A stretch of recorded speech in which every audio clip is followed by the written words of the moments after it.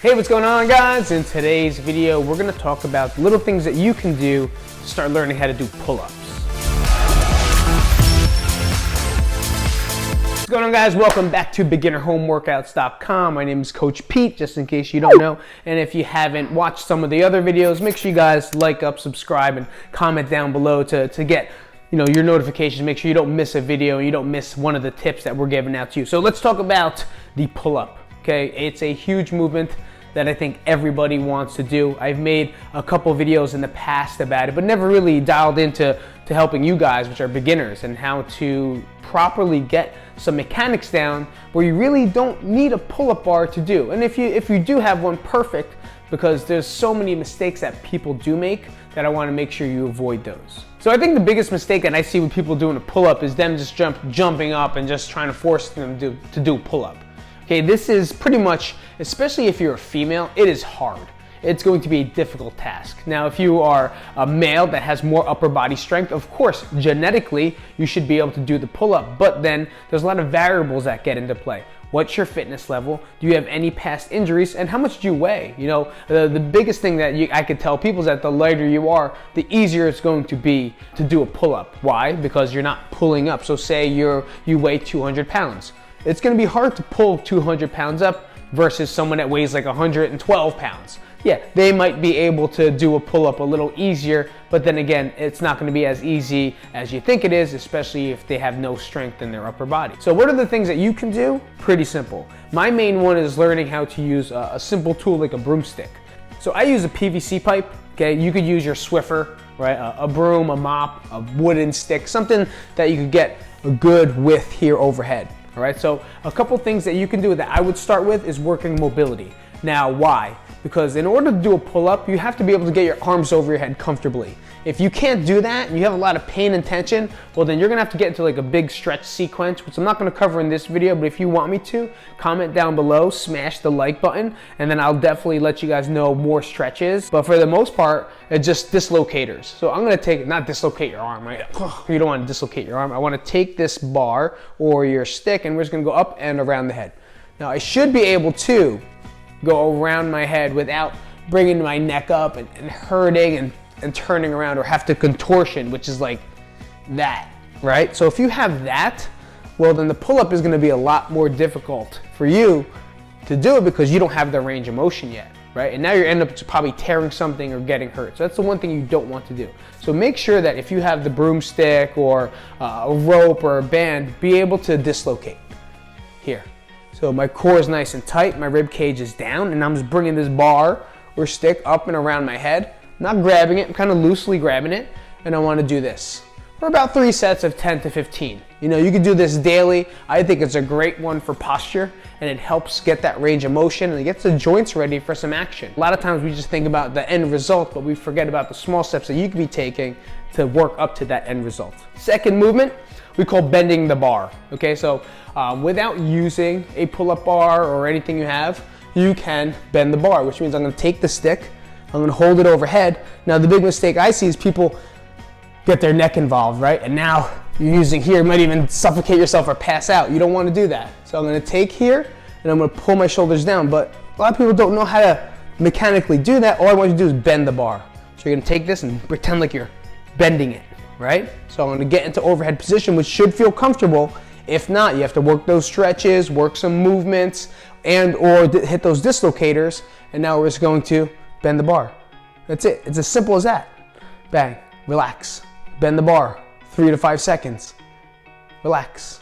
And you'll see the shoulders are kind of moving in, right? You'll see them and you'll feel your shoulders drop away from your ears, and you'll feel the engagement of your lats. And that's what we're looking for.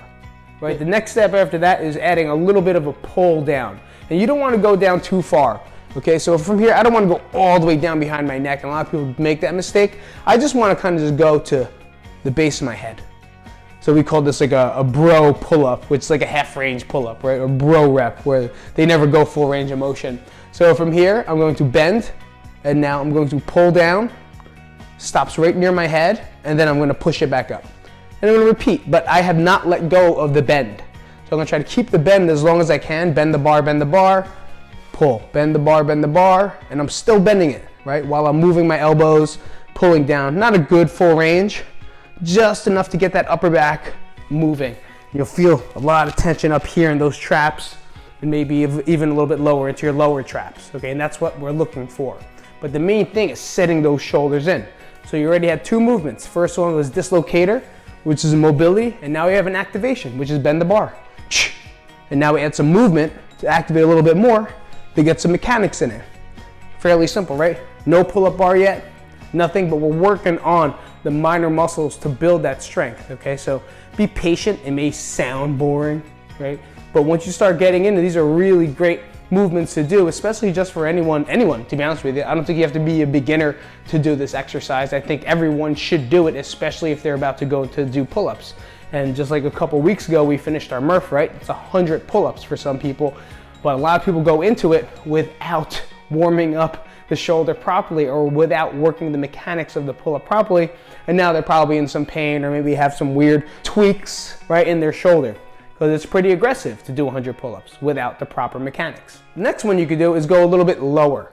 So we stopped at the top of the head. Now maybe go down about 2 more inches, but don't go past the ears, right? Don't go all the way down. Just kind of find that range that feels comfortable for you. So arms are gonna go over the head. I'm going to bend the bar, and now I'm going to pull down a little bit lower near the ears, and then I'll push away. Still bending though, okay?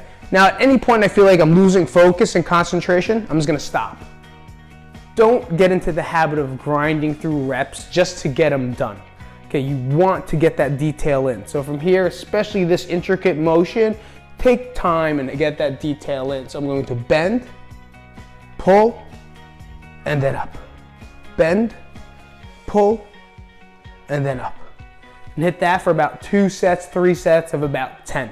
You know, if you want, just put like a clock for like 30 seconds, and then you could time it that way so you don't have to count, because sometimes counting and then trying to think of something does get you messed up. Now, if you do have a pull-up bar and you want to work something in a pull-up bar, what you can do is just hang, okay? Getting the grip now used to it. And not only that, like getting your body used to being in that overhead position and supporting some weight. Now, you don't have to hang all the way. Now, if you can, perfect. But if you're really on the beginner phase, use a box. So if you see me here, I'm stepping on a box, right? My arms are anchored up top. And now I'm just bending my knees a little bit to give myself a little bit of tension. Not a lot, I'm just gonna get a big stretch. And then every once in a while, you'll see me kind of pretend to bend the bar. So you can add that to it, depending on your fitness level. If just grabbing and holding and just bending your knees a little bit is where you're at, to strengthen your forearms and your grip, which is a super important part of a pull-up and a lot of strength exercises, is definitely your grip. Making sure you do that can definitely help you out. Now, there's a couple other exercises that I can do to do this. Now that all depends on the machines you have, but I want to take that minimalist approach, right, and make sure you can do something with something as simple as a broomstick and or maybe a pull-up bar that you bought on Amazon that you kind of lock up top, or even go into a park, which you can't anymore. Maybe you have a monkey bar inside your backyard or something, right? Something there that you can practice doing a pull-up. And these movements are going to guarantee that you're going to get better pull-ups. I'm not saying you're going to be able to get a pull-up anytime soon.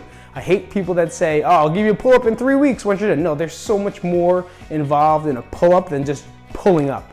You have to be able to understand control, which is what we're going to work on in the next video, and learning how to actually do one, engaging your core. It is a huge core movement. It's not just your shoulders, it's everything in your body. So learning things from the ground, learning things in using a dumbbell to row, a lot of things can help build the pull-up without you actually doing the pull-up yet.